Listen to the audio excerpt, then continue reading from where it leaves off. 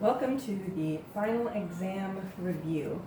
So there are several different ways to study for the exam. I want to point out first and foremost that not everything we've ever covered is going to be on the exam. So make sure you are looking closely at the materials provided. So I did provide you with a final exam review by chapter. So look at that.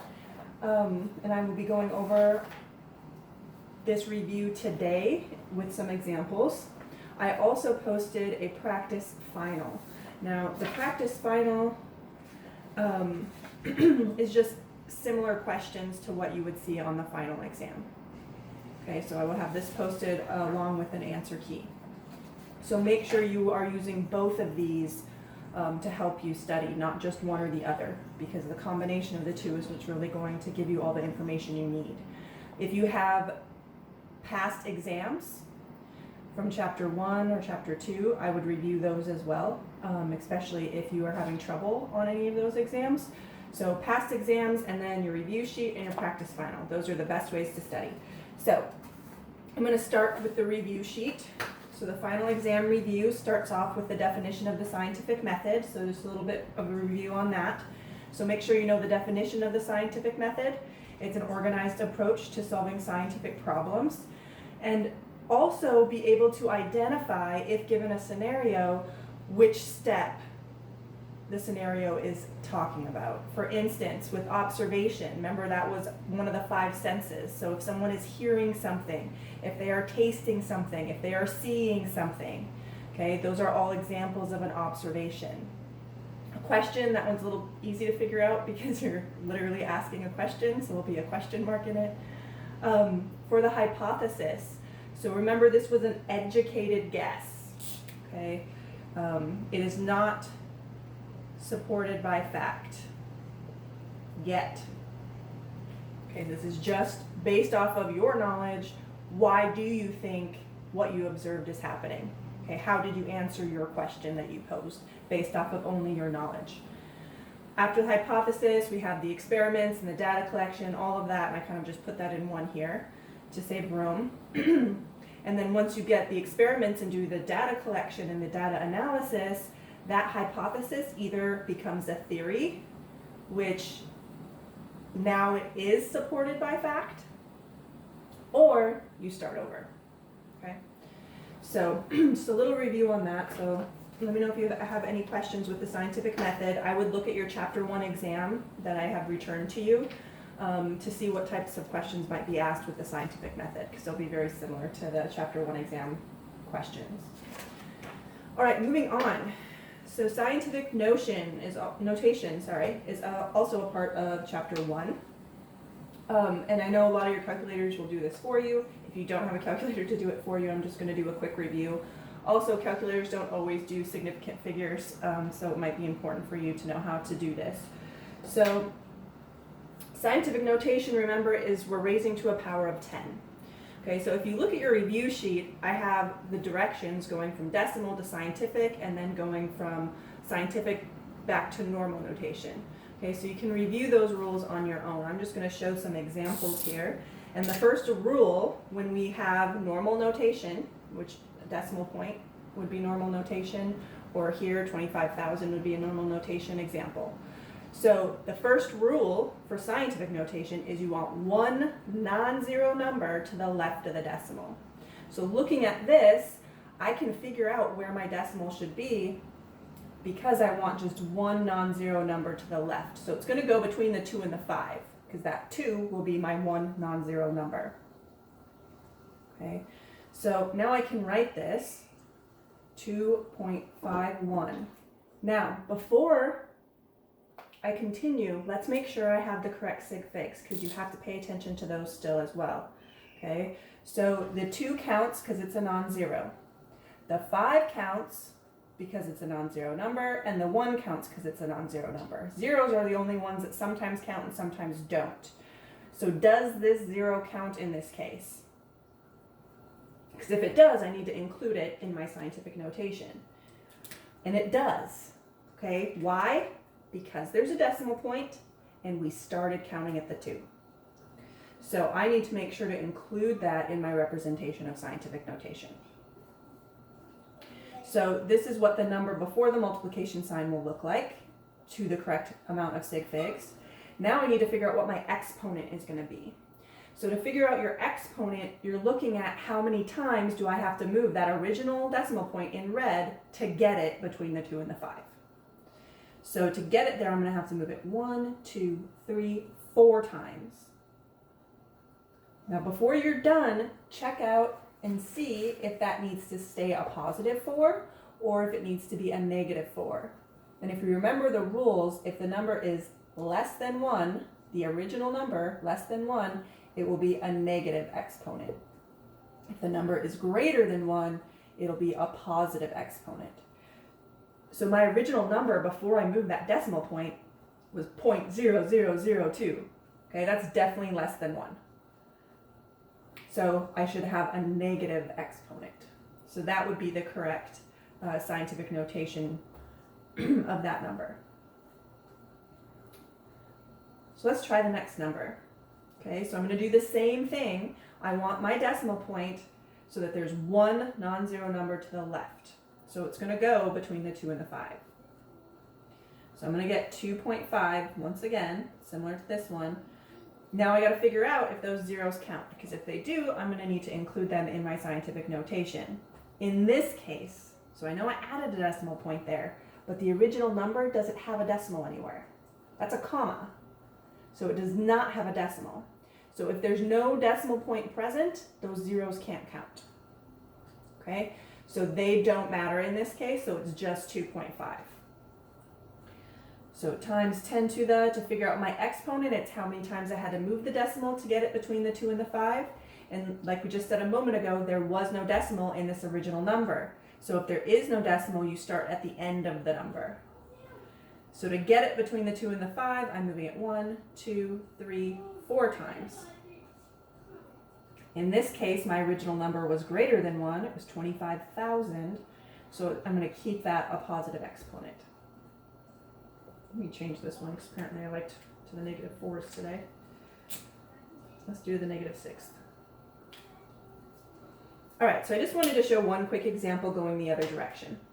So here I have scientific. I know that because there's one non-zero number to the left of the decimal, and then I have this times 10 to the negative 6th. So since it's a negative 6, to figure out what this looks like in normal notation, I know that the number is going to get smaller. That negative sign tells me that my number will be less than 1. So I'm going to move the decimal point to the left to make that number less than 1. Okay, so let me rewrite this so that we have some room here to do that.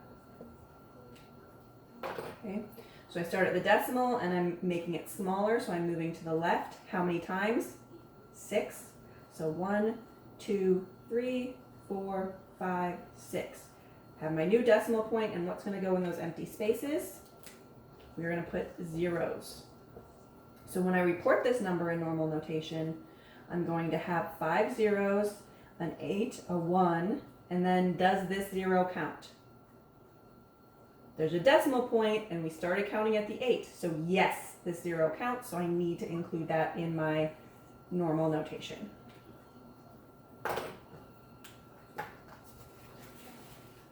All right, so let's move on now to significant figures and conversions.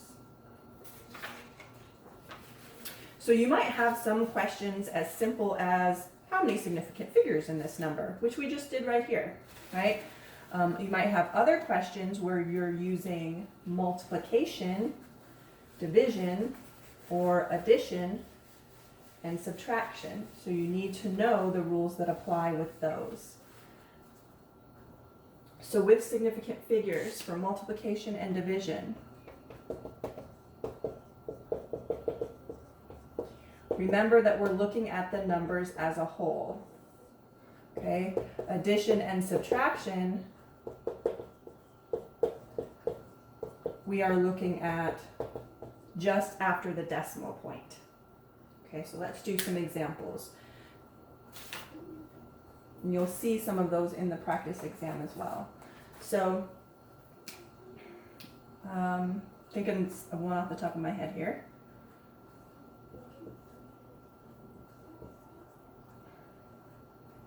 let's divide it by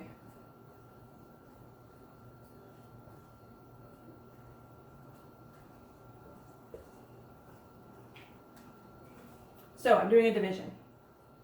What that means is I'm going to be looking at the numbers as a whole. Okay, so this top number, how many significant figures does it have? Well, there's a decimal point, but this 0 doesn't count. And we said zeros count when there's a decimal, but why does this 0 not count? Because zeros can only count if you have a decimal point and you've already started counting. So we can't start counting until we get to our first non-zero number, which is this number 1 here. So we have 1 significant figure, 2, 3. So I have 3 sig figs on the top. On the bottom, the 8 is where I start counting. The 5 also counts. And in this case, these zeros do count because not only is there a decimal, but I started counting at the 8. So that's 4 sig figs. Now for multiplication and division, we're counting total sig figs and we always pick the smallest. So when I calculate that out, I'm going to round it to 3 significant figures.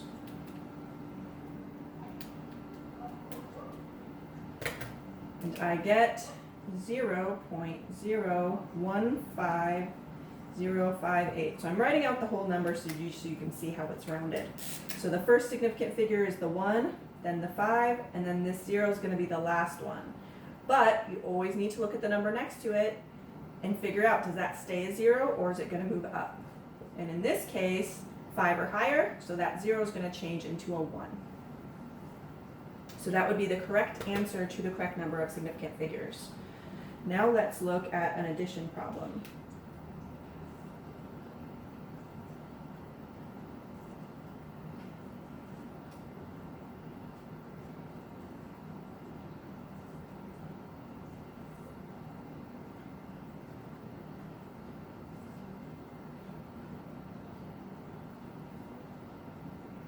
Okay, so I'm going to do a subtraction actually this time. So I'm going to start by just subtracting those two numbers. And I get 1.685. Okay, but that is not to the correct sig figs. What we need to look at are just after the decimal point. Okay, so I have 1, 2, 3 decimal places on top. I have 2 decimal places in the second number. So much like with multiplication and division, I'm going to pick the smallest. So that means I just want to go 2 after the decimal. 1, 2. Look to the number next to it. So I get 1.69.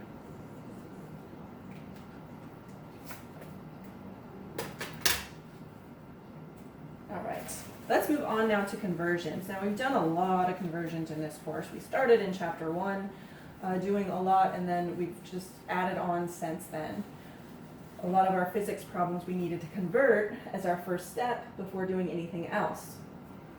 But let's look at a few examples anyway. I'm going to start with metric to metric. There's 2 types of conversions.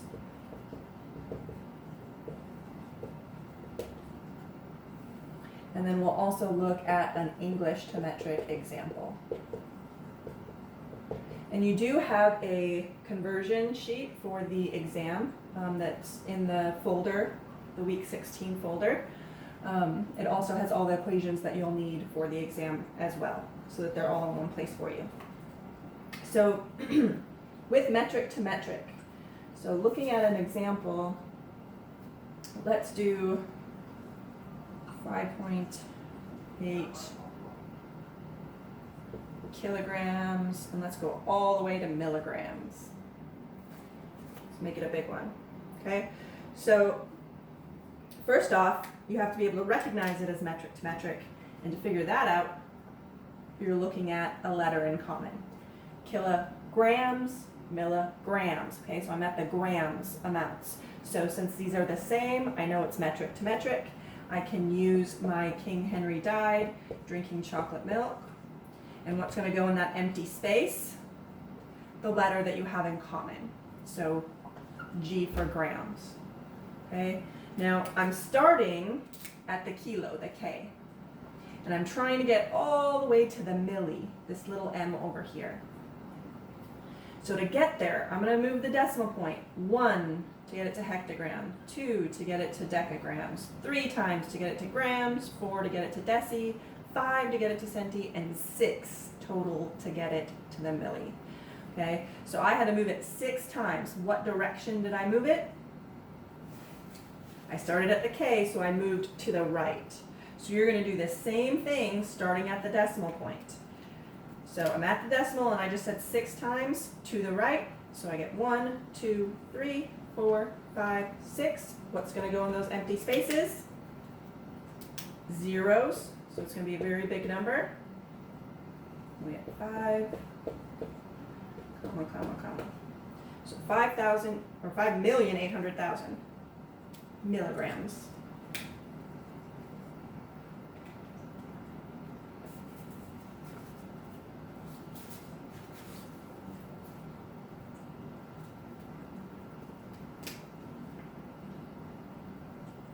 Alright, so let's try an English to metric one now.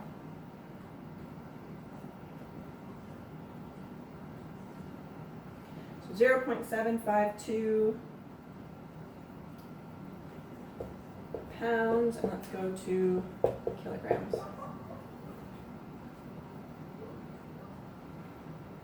So in this case, I don't have a letter in common. So that's what's going to tell me that it's English to metric and not metric to metric. So I'm going to need a conversion factor for this. So that's the difference. Metric to metric, you use this scale and simply move the decimal. English to metric, a conversion factor is needed. So that's when you'd have to go into your conversion factor sheet and find a conversion factor that gets you between pounds and kilograms. So the conversion factor that will help me get there is this guy here, separated by an equal sign because these equal the same thing. With English to metric, we do the railroad tracks. And what are we going to put in this upper left-hand corner? So we always start with the information given in the question. So we're going to start with that 0.752 pounds. We're then going to take this conversion factor and figure out what goes on top, what goes on bottom. Because you want to cancel out what you don't want, pounds, and keep what you do want, kilograms. So I'm going to be putting my 2.205 pounds on the bottom, my 1 kilogram on the top. That way, pounds are on opposite sides of this horizontal line so that they cancel. And I will take 0.752 and divide it by 2.205. So when they're on opposite sides of the horizontal line, we're dividing. Remember, this is division, and then going across is multiplication. So how many significant figures do I want once I divide that? You're looking at only your original number, not the numbers in the conversion factor you found, just the original. So there is 1, 2, 3 significant figures in that number. So when I report my answer, I'm going to go out to 3 significant figures. So that would be the correct answer for that conversion.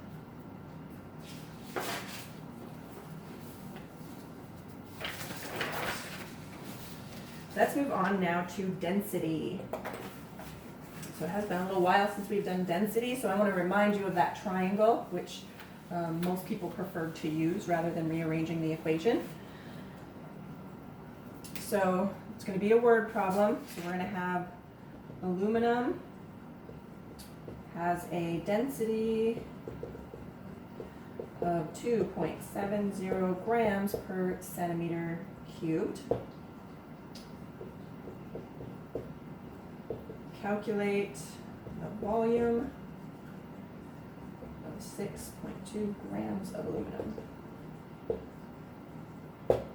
So the equation is provided to you. Its density is equal to mass over volume. We've often used this triangle to help us solve, where you have D, M, V. And with this triangle, it's multiplication across, and then this is a division sign, right? Opposite of that horizontal line. So I'm going to write down what they gave us. They gave us the density. They also gave us grams. So what's grams? Is that a mass or a volume? Grams is going to be a mass. What they're looking for is the volume. So how we use this triangle is you cover up the variable that you're looking for. In this case, volume. And then that will tell you what to do with the other two variables. So if I cover up volume, it's telling me I'm going to take my mass and I'm going to divide it by my density. So my equation becomes volume is equal to mass divided by density. So my mass, 6.2 grams, and then my density was 2.7. How many significant figures? It's just going to be 2 because of the mass. You always pick the smallest when we're dividing. So 2 significant figures, I'm going to round that up to 2.3. Now what are the units on volume? Okay, you can always look at density to tell you. So mass is in grams, volume centimeters cubed. We often see volume in milliliters as well when we're doing density. So it's either going to be centimeters cubed or milliliters when you're calculating density in this course. In this case, I'm leaving it as centimeters cubed because that's what they gave me the density of aluminum in. Usually when it's a solid, aluminum being a solid metal, your units are centimeters cubed rather than milliliters. All right, so that takes care of chapter 1.